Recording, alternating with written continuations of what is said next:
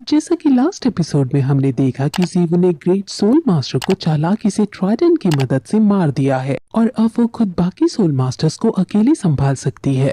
वहीं दूसरी तरफ हम मिस्टर दाई और उसके बड़े भाई को देखते हैं जो ट्रूप्स की ट्रेनिंग करा रहे थे और आपस में जिंगलो एम्पायर की हालत के बारे में बातें कर रहे थे। हालांकि हुई लीना और उसका भाई जियू बहुत ज्यादा ताकतवर है, लेकिन मिस्टर दाई के पापा ने आसपास की 3 बड़े शहरों से सेना बुला ली है और वो खुद उनको लीड करते हुए लड़ने गए हैं और इससे अब कैपिटल पर भी शायद खतरा टल सकता है। फ्रंट लाइन भी अब बिल्कुल महफूज है और कैटगर्ल भी अब युद्ध भूमि की तरफ जा रहे हैं। मिस्टर दाई का बड़ा भाई डिफेंस लाइन पर ही रहेगा, क्योंकि हालांकि डिफेंस लाइन पर सिचुएशन शांत है, लेकिन अभी तक डिफेंस लाइन का डिफेंस इनकम्प्लीट है। और अब वो दोनों और भी बातें करते हैं, जिसमें जब मिस्टर दाई का बड़ा भाई ये कहता है कि हम पहले एक दूसरे से लड़ते रहते थे, लेकिन अब हम एक भाई की तरह एक साथ दुश्मन से लड़ रहे हैं। मिस्टर दाई कहता है कि हम नहीं जानते कि कब क्या सिचुएशन हो सकती है। मैंने तुम्हारे बारे में भी बहुत सुना है कि इन 4 सालों में हमारे फादर का बोझ बहुत कम हो गया है, क्योंकि आधे से ज्यादा जिम्मेदारियां तुम अकेले ही संभाल लेते हो।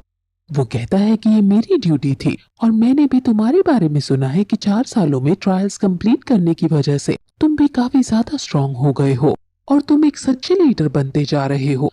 अब दोनों काफी ज्यादा हंसते हैं और फिर बड़ा भाई ये कहता है कि लेकिन ज्यादा खुश होने की जरूरत नहीं है, क्योंकि अभी तक सारी प्रॉब्लम सॉल्व नहीं हुई है और जब तक तुम इस दिक्कत को पूरी तरह सॉल्व नहीं कर दोगे तो मैं तुम्हें तब तक केपेबल नहीं मानूंगा। हालांकि तुम जिंगलो एम्पायर के युवराज हो, लेकिन थ्रोन यानी सिंहासन तो मैं ही हासिल करके रहूंगा और फादर को तुम्हें वो सिंहासन नहीं देने दूंगा।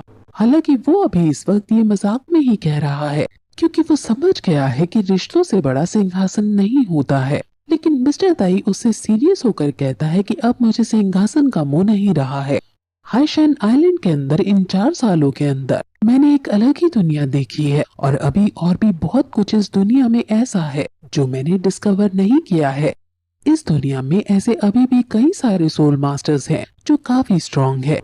बड़ा भाई कुछ समझ नहीं पाता कि आखिर मिस्टर दाई कहने की क्या कोशिश कर रहा है। मिस्टर दाई कहता है कि जिंगलो एम्पायर का फ्यूचर अब तुम्हारे हाथों में है। वो पूछता है कि क्या तुम सिंहासन छोड़ रहे हो, लेकिन क्यों? इतने सालों तक तुम और मैं उस सिंहासन के लिए एक दूसरे के खून के प्यासे थे।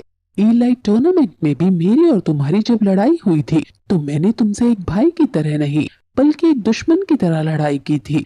लेकिन उस दिन के बाद जब मैंने तुम्हारे ट्रू पोटेंशियल को देखा तो मैं समझ गया कि जिंगलो एम्पायर तुम्हारे हाथों में ही सुरक्षित है। और अभी तो मैंने सिर्फ मजाक में ही कहा था कि सिंहासन मैं लूंगा। मिस्टर दाई कहता है कि जो बीत गया सो बीत गया। अब वर्तमान में सत्य यही है कि आप युवराज कहलाए जाओगे और मैं पार का पीछा छोड़कर सोल मास्टर बनने की कोशिश करूंगा।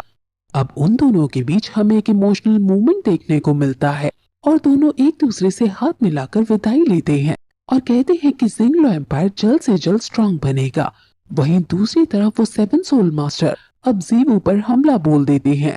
जीवू बड़ी आसानी से उनसे बच जाती है और उस पर काउंटर अटैक कर देती है, लेकिन जीवू के अटैक से उन सैनिकों को कुछ नहीं होता और वो हंसकर कहता है कि मैं तो बिल्कुल भी घायल नहीं हुआ। जीवू भी स्माइल करते हुए कहती है कि वो क्या है कि बहुत समय से मैंने लड़ाई नहीं की है, चलो फिर से ट्राई करते हैं। अब फिर और सैनिक उस पर हमला कर देते हैं और फिर जीवू अपने आइकॉनिक रैबिट स्टाइल से उनसे बचती है और उन्हें आसानी से हरा देती है। उनके बीच की फाइट देखने लायक है, क्योंकि जीवू का फाइटिंग स्टाइल श्रेक डेविल में सबसे अलग है।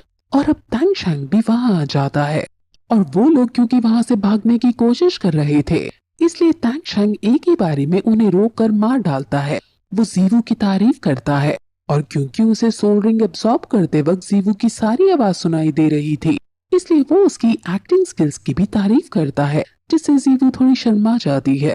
तंग शैंग को अब जल्दी जल्दी स्पिरिट रिंग लेनी होगी, क्योंकि मार्शल सोल हॉल ने अपने आदमी सनसेट फॉरेस्ट में भेजे हैं, यानी सनसेट फॉरेस्ट अब सेफ नहीं है।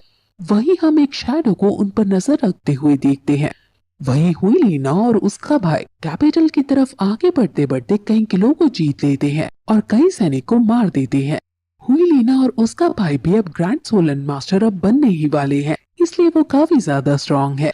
उन्होंने वो फेमस कपल था जो उसको भी टक्कर दे रखी है, सो आप इससे उनकी शक्ति का अंदाजा लगा सकते हैं। वहीं तंग शैंग अब एक और स्पिरिट रिंग हासिल कर लेता है। जिंगलो एम्पायर बहुत बुरी तरह से हार रहा था और फ्रंट लाइन पर डर बढ़ता ही जा रहा था। हालांकि युद्ध हमेशा विनाश लाता है और मार्शल सोल हॉल के भी कई सैनिक मरे जा रहे हैं, लेकिन फिर भी हुई लीना और वो आगे बढ़ते जा रहे हैं और इस बात की टेंशन एम्परर ज़ू बिंग को हो रही है। और अब अगर उन्हें इस सिचुएशन से कोई बचा सकता है तो वो सिर्फ तांग शैंग ही है, इसलिए वो तांग शैंग को याद करने लगते हैं, जिसके बाद ये एपिसोड यहीं खत्म हो जाता है।